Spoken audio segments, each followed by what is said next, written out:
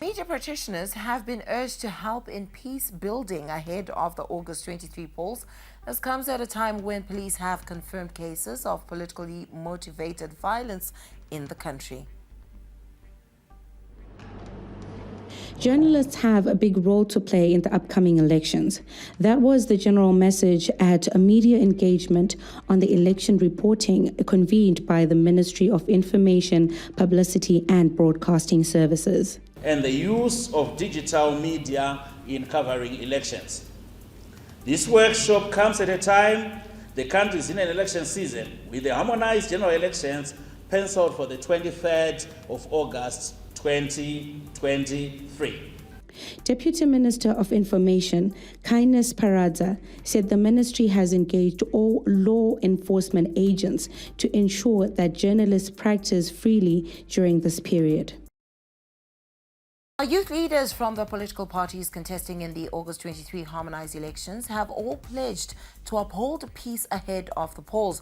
Peace pledges facilitated by 4H Zimbabwe Foundation as part of a campaign to promote tolerance and peace for sustainable development in Zimbabwe have been signed by 11 parties. This comes at a time when police confirmed incidences of violence recently, with President Mnangagwa taking the lead in denouncing such. President Emmerson Mnangagwa says Zimbabwe has made commendable progress in its re-engagement process, which is bearing fruits. He was speaking during an interface with a group of visiting journalists and entertainment personalities from the SADC region at State House today. Now, the group is on a 5-day tour dubbed True Zimbabwe Tour, aimed at promoting the brand Zimbabwe. Now we have relations at the government level, ministers, we exchange and so on. We talk about France, Germany, Belgium, Italy and so on. We have good relations with them.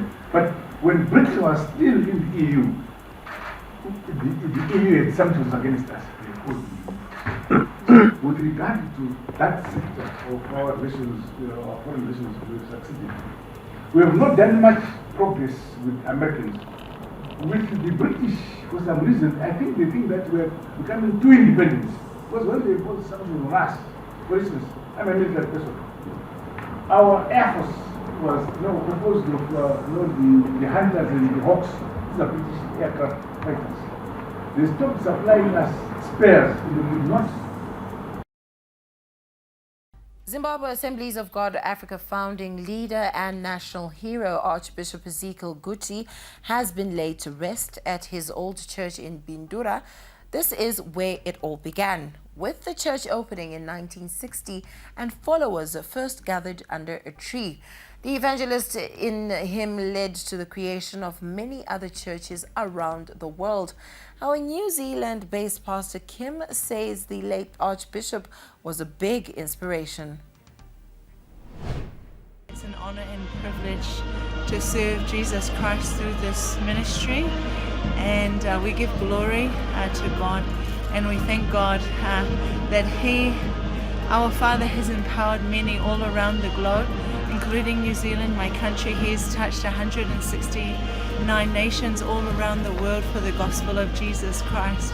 He is a great hero and a defender of the faith, and he's empowered many, not just here in Zimbabwe, but also in my nation, with the vision of empowering people such as today's woman, and he's taught Matarenda talents, Maoko Hai Sitea, teaching women to work with their hands and do businesses, so we can see the fruits of the labor of love he has shown towards his God.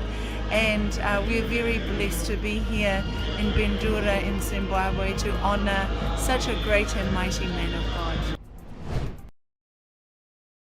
Zimbabwe got their Davis Cup Africa Group 3 campaign back on track with a 2-1 win over Benin in South Africa this afternoon. Zimbabwe headed into the match needing a victory after losing their opener to Namibia yesterday. Now, Benedict Baza was the first up in the action, going down 6-4 Love, 6-1-6 to Sylvester Mano before Benjamin Locke leveled The tie with a clinical straight sets win over Loic Divardi. Locke fired 5 aces and converted 24 serve points in a 6-6 love victory, before pairing Baza to win the decider in doubles. With the victory, Zimbabwe moved to second place in Pool B and behind Namibia.